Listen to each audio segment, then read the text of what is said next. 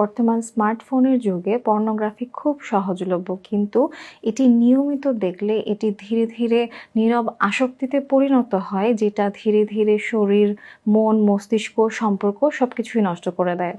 আসসালামু আলাইকুম এভরিওয়ান, আমি ডক্টর নাবিলা নিকিতা। আজকে আপনাদের সাথে কথা বলবো পর্নোগ্রাফির ক্ষতিকর দিকগুলো নিয়ে।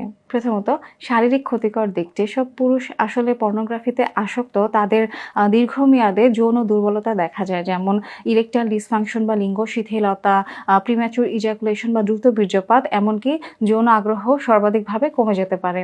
এছাড়াও হরমোনের ব্যালেন্স নষ্ট হয়, যেমন টেস্টোস্টেরন হরমোন কমে যায় এবং প্রোল্যাক্টিন হরমোনটা বেড়ে যায়।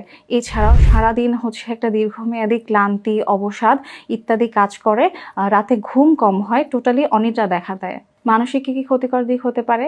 এই পর্নোগ্রাফি একটা সময় আসক্তি তৈরি করে এবং পর্নোগ্রাফি দেখার সময় ব্রেন অতিরিক্ত পরিমাণে ডোপামিন রিলিজ করতে থাকে এবং মস্তিষ্ক সেই কৃত্রিম উত্তেজনার উপরেই অভ্যস্ত হয়ে পড়ে বা নির্ভরশীল হয়ে যায়, যার জন্য বাস্তব যে যৌন জীবন বা যৌন আগ্রহ সেটা একেবারেই হারিয়ে যায়। এছাড়াও মনোযোগ ও স্মৃতিশক্তি কমে যায়, পড়াশোনা বা অন্যান্য কাজে ফোকাস আসে না। এছাড়াও মানসিক অবসাদ, ডিপ্রেশন, অ্যাংজাইটি বা কথায় কথায় অনেক বিরক্তি বা রাগ ইত্যাদি দেখা দেয়। সামাজিক কী ক্ষতি হতে পারে?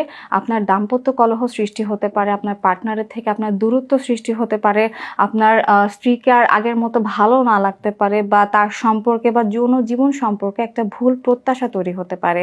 তাই আজই এই নীরব ক্ষতিটাকে থামান। আপনি নিজে চাইলেই আপনার শরীর, মন এবং সম্পর্ক সবগুলোই বাঁচাতে পারেন এই খারাপ অভ্যাসটাকে ত্যাগ করে। আর প্রয়োজনে চিকিৎসকের পরামর্শ নিন। আশা করছি ভিডিওটি ভালো লাগবে। ভালো থাকবেন সবাই। ধন্যবাদ।